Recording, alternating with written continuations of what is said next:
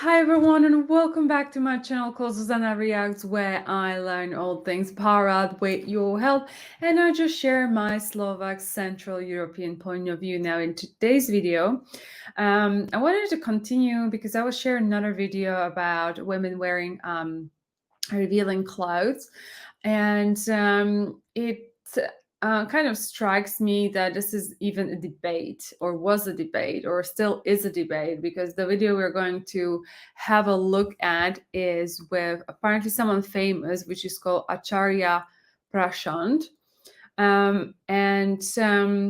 Yeah, I'm just curious about like different point of views. Obviously, this is me discovering India.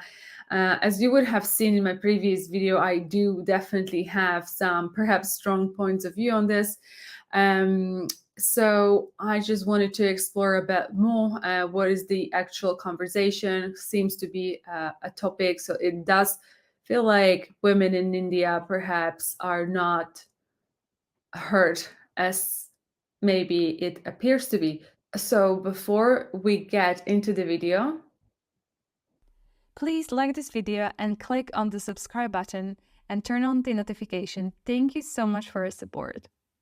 So let's kick this video off. There is a question in my mind that keeps bothering me quite a lot. So this concept of, wearing short dresses and not being seen in short dresses in the public, that you can do it at home, that it's fine if you can wear whatever you want, but at home, but don't go outside in those short clothes in your, in what you're comfortable with. Some of the world leaders even allege that one of the reasons that a woman would get raped is because she was wearing revealing clothes. Wow. So what is your understanding on this? There are two sides involved here. One, the woman who is walking about wearing whatever clothes she is, and she has her own story to tell. And then there are those who are leering and jeering and ogling, mocking, sometimes attacking. I would want to have a sincere discussion with both of them. Firstly, with the side that is so articulate in saying that women should mind their clothes, their dressing. I want to ask them, what kind of person are you, man or a woman? If anything is able to disturb or provoke you so easily, your allegation is that when you watch a woman dressed skimpily, then that becomes a disturbance, a distraction, even a provocation. How will you insulate yourself, and how much will you insulate yourself from the world? And what are the limits to what you want to see and not see? Today you say that women's legs or thighs provoke you. What prevents you from saying tomorrow that her ankles or fingernails provoke you? Would you then demand that she cover up from head to toe? I won't question this. After all, body is body, skin is skin, flesh is flesh, and blood and bones are blood and bones.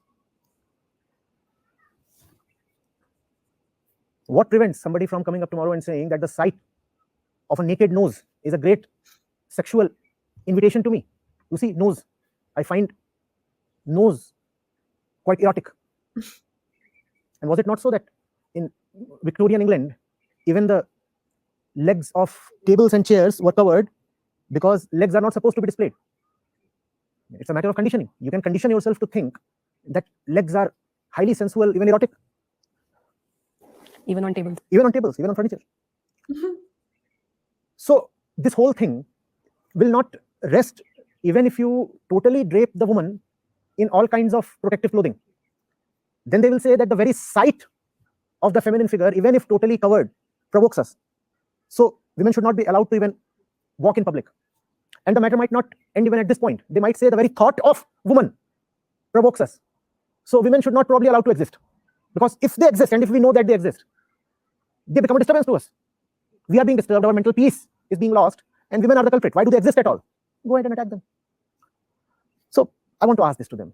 Is it really so that you cannot stand the sight of a bare arm or thigh or back or cleavage? Is it really so very explosive to you? You can't stand it? What kind of a person are you? When the woman is not in front of you, do you keep fantasizing about her all the time? This is mental illness. Only if you are indulging in all kinds of sexual fantasies and inner perversion will you then jump upon her at the first sight,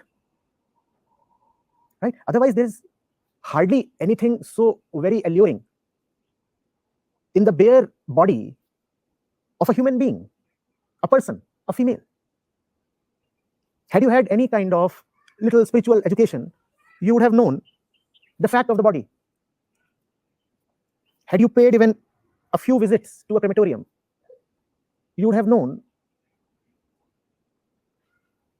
what bones, skin, blood, and all the visual beauty is really about.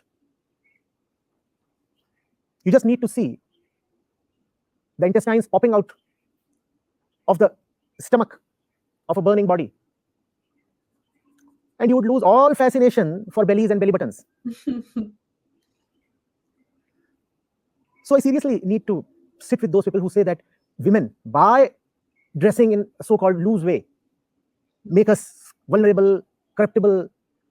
They are the ones who are responsible because they provoke us. I mean, these people need some I agree. rigorous counseling. They are sick. Yeah, totally. Then there are the women who say that it is a mark of our freedom that we wear whatever we like to wear. I understand. Freedom must be respected. Freedom must be respected, but for freedom to be respected, freedom must be freedom, not conditioning. I like it. Freedom deserves all respect, not conditioning. When you say that you want to come out in public wearing this and that, would you please sit down for a moment and ask yourself, why exactly do I want to wear what I'm wearing? Obviously, if you are on the shore, if you are at a beach, or if you are in a swimming pool, then you have to wear a swimming costume. It could be a two-piece bikini. Then it is obvious why you need to wear only that much. You're not going to swim in a sari. Similarly, there are other obvious, functional, utilitarian reasons why one dresses a particular way. And then there could be the ultimate reason of physical comfort. That too is an obviously valid reason. One feels physically comfortable wearing something. And the moment you say that you feel very comfortable, physically comfortable wearing hot pants or micro minis or whatever, nobody holds any right to object, because it is your body, and if your body feels better wearing a particular kind of stuff, who is anybody else to object? But then you sincerely need to ask yourself, and only you can ask this to yourself, is it only for reasons of functional utility or physical comfort that I'm wearing what I am? If you are wearing what you are wearing because it is functionally needed, let's say you are an athlete, you'll have to dress up in a particular way.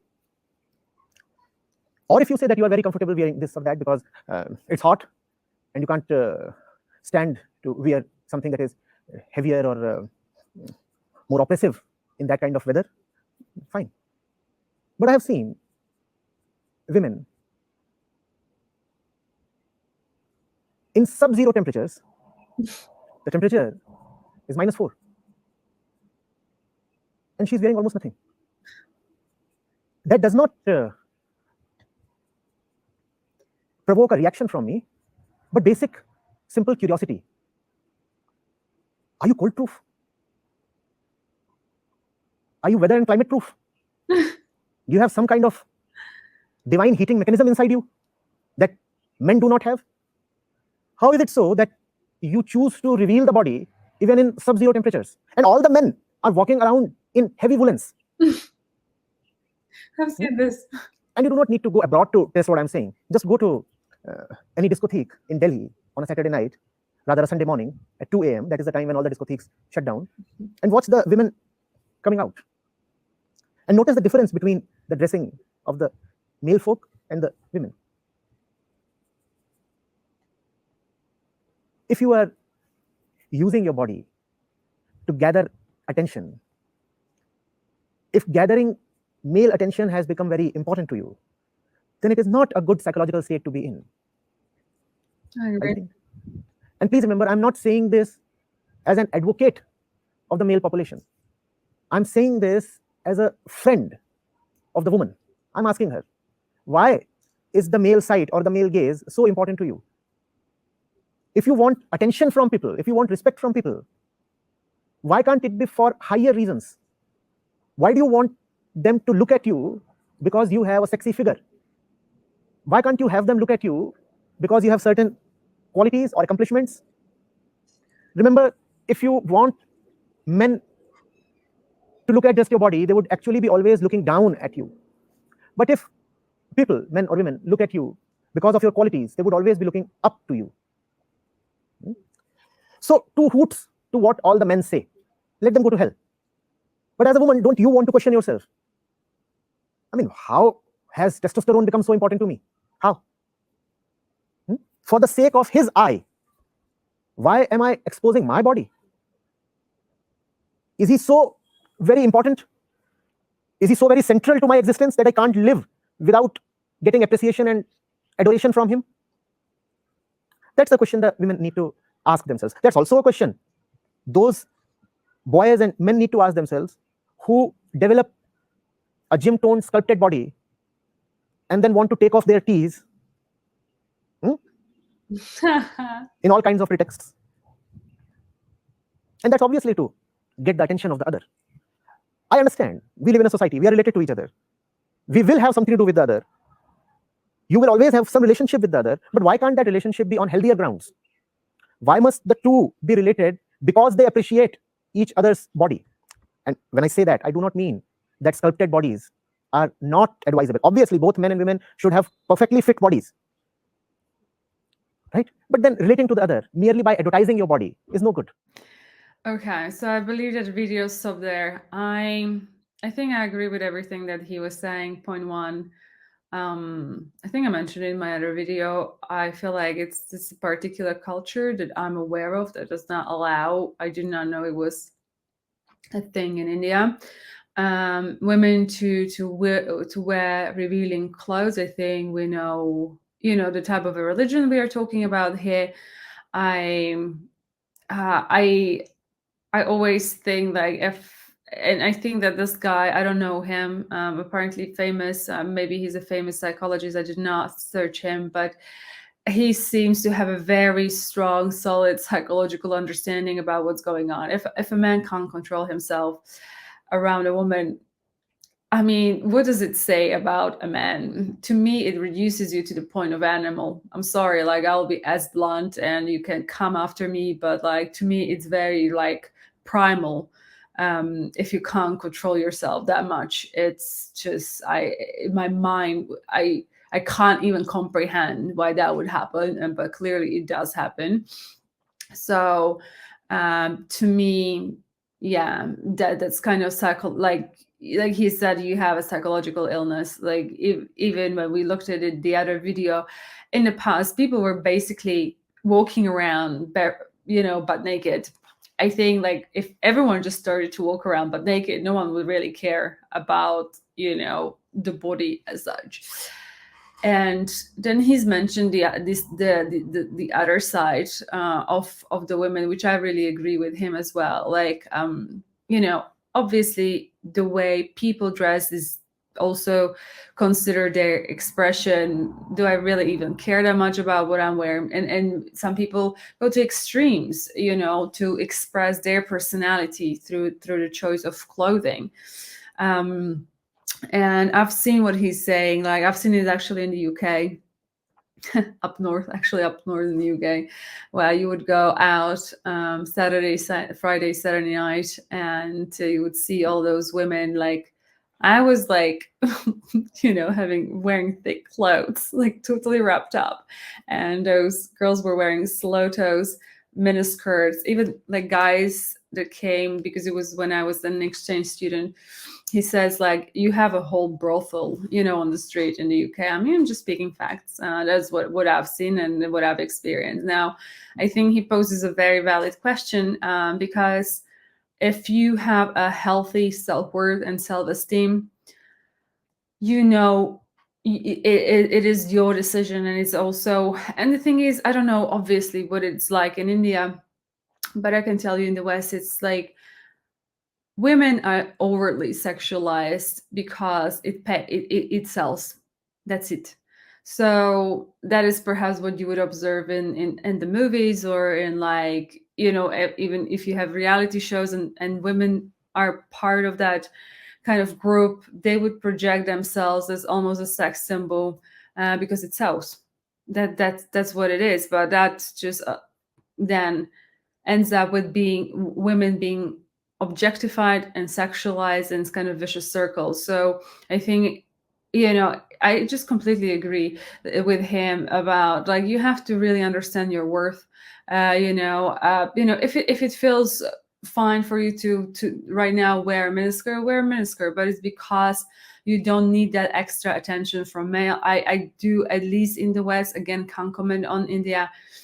Yeah, women do it for attention from men. Women, look at the Jenners or the Kardashians, right? Like, you do it for attention, and that's kind of all it is. And then maybe the attention comes into the form of that it sells, and then you found yourself an amazing business model, and now that you're teaching that to the whole population of women, etc. But I think, like, if you're doing it as a self-centered person that is like has an understanding what they're doing, fine. But if you're doing it, I feel like, for attention, maybe there are things to reconsider. I think we should just go about our life coming from our core values. And this is where, for example, like, I believe in therapy or coaching as a coach myself. Like, you really need to first understand your own values, who you are, who you stand for, what you stand for, and where do you want to go in your life. And I think that these things then fall into place. So that's pretty much, I think, my take on it. Again, I could not agree with this guy more. Obviously, I really don't know what exactly is in reality happening in India, but I would love to know your thoughts in the comments below. And with that, I think this is it for today's video. If you did like it, please hit thumbs up, share, like, and subscribe to this channel. And I'll see you in the next one. Until then, please do take care. Much love. Bye-bye.